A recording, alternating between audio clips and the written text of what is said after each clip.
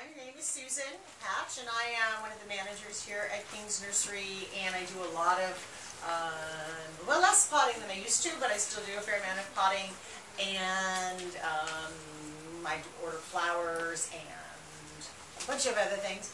Julie Owens is our probably chief designer, because I was waving at you, one of your fans.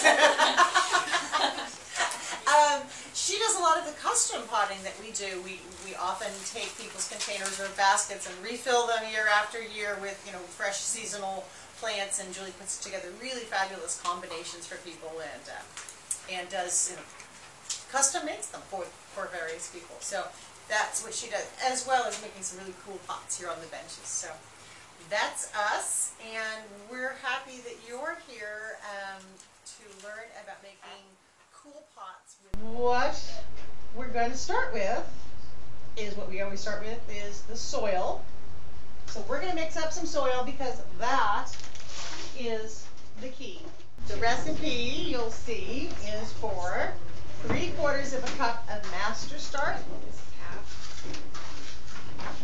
Carefully measured. Master Start is the pre-plant fertilizer that we always recommend for in-ground planting and container planting.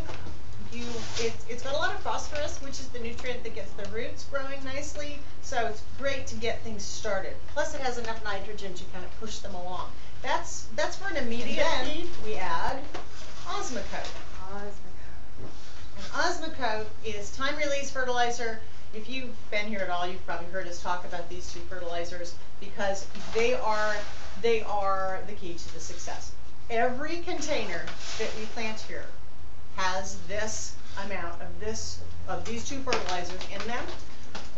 The Osmocote is time release. When it's warm, it says about 4 months.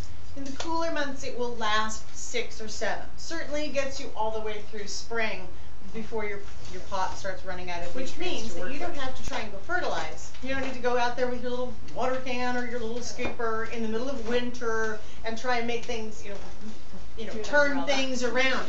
Your plants will have the nutrition they need to work with. So this is a mix of all different colors. Very pretty. Nice little mix together. So they're going to get to about 10 inches high. So what I'm going to do is I'm going to start with my soil at the bottom, and all both need some soil underneath them for their little roots to grow in.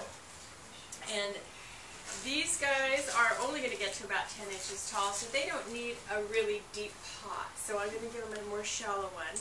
I'm going to put, this is the bag I opened earlier. I'm just going to put them in the middle of this pot. And when you look at bulbs, you can see there's a pointy side that goes up.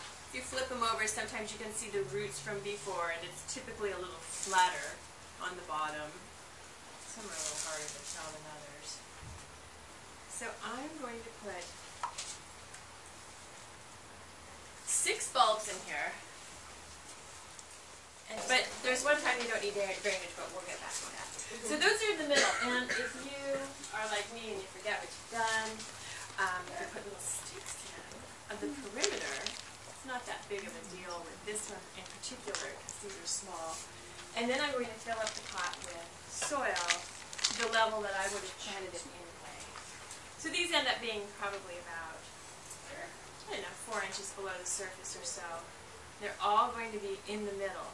And on the outside, I'm going to plant primroses. Because primroses are nice little plants that stay low.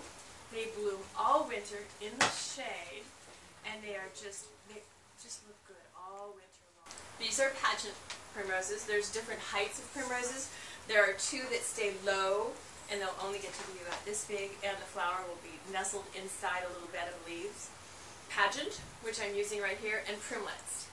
So we have 6 packs of both of those. The Pacific Giants are a little bit bigger leaf, and then the stem is tall with a flower on top. So that might be a little big for a bowl.